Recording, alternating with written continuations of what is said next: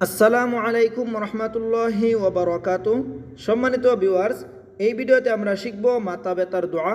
প্রিয় দর্শক, আরবি উচ্চারণ, বাংলা উচ্চারণ, অর্থ সহকারে এবং এই দোয়াটির ফজিলত এবং নিয়ম কানুন সহকারে শিখতে শেষ পর্যন্ত আপনি আমার সাথেই থাকুন। প্রিয় দর্শক, তো চলুন শুরু করা যাক। আর আপনার কাছে অনুরোধ, আপনি যদি আমার চ্যানেলে নতুন হয়ে থাকেন তাহলে চ্যানেলটিকে লাইক, কমেন্ট ও সাবস্ক্রাইব করে রাখুন। আর আপনি যদি আমার চ্যানেলটি সাবস্ক্রাইব করে থাকেন তাহলে আপনাকে অসংখ্য অসংখ্য ধন্যবাদ।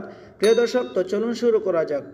যেভাবে এই দোয়াটি পড়বেন, যখন কারো মাথায় ব্যথা হবে তখন তিনি তার ডান হাত দিয়ে তার মাথা চেপে ধরে 3 বার এই দোয়াটি পাঠ করবে। ইনশাআল্লাহ তিনি মাথা ব্যথা থেকে মুক্তি পেয়ে যাবেন। ঠিক অনুরূপভাবে আপনি যদি অন্য কাউকে এই দোয়াটি পড়ে তার মাথায় হাত রেখে এই দোয়াটি 3 বার পাঠ করে ফু দেন, তাহলে ইনশাআল্লাহ সেও মাথা ব্যথা থেকে মুক্তি পেয়ে যাবে।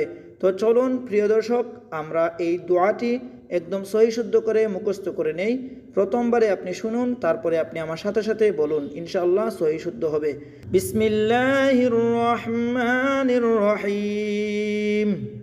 লা ইউসাদ্দাউনা।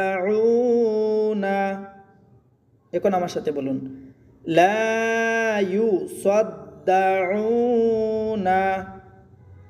আনহা ওয়ালা ইউনজিফুন। এখন আমার সাথে বলুন, লা ইউসাদ্দাউনা আনহা ওয়ালা ইউনজিফুন।